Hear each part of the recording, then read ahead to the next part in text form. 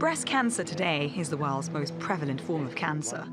And despite significant technological improvements in recent years, the mammogram technology used to detect this type of cancer is far from perfect. Doctors recommend patients over age 40 get screened for breast cancer every 1 to 2 years. But the test also comes with a 10% possibility of a false negative, decreasing patients' life expectancy by up to 50% and raising medical expenses by as much as 100%, according to the American Cancer Society. Vitamu, a UK-based startup founded in 2020, is trying to prevent as many early deaths as possible with the help of artificial intelligence. When we look at the proportion, 1/8 of the death is arising from the human error. So what is human error? And human error is, radiologists are human like us. So they can have some mistakes, they can make some mistakes. So most of the women will need a second check, we call it recheck, for their mammograms.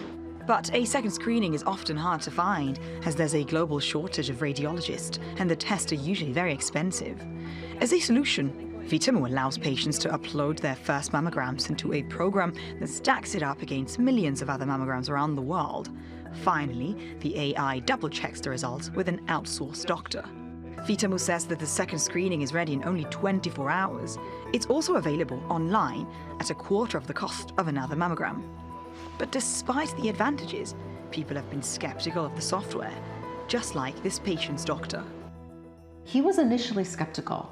He told me that mistakes like this don't really happen that often, but that he would check anyway for my peace of mind.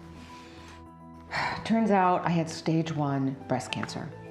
I wanted more than anything to give him a piece of my mind, but my health is way more important than that. So I just put my feelings aside. In exchange for the $60 I paid Vitamu, I had bought something priceless, a critical year in my recovery. In the future, Vitamu dreams to help the health industry become more inclusive and help detect breast cancers early, also in areas with less accessibility, such as Africa and South Asia. For now, the startup seems to be in a sweet spot.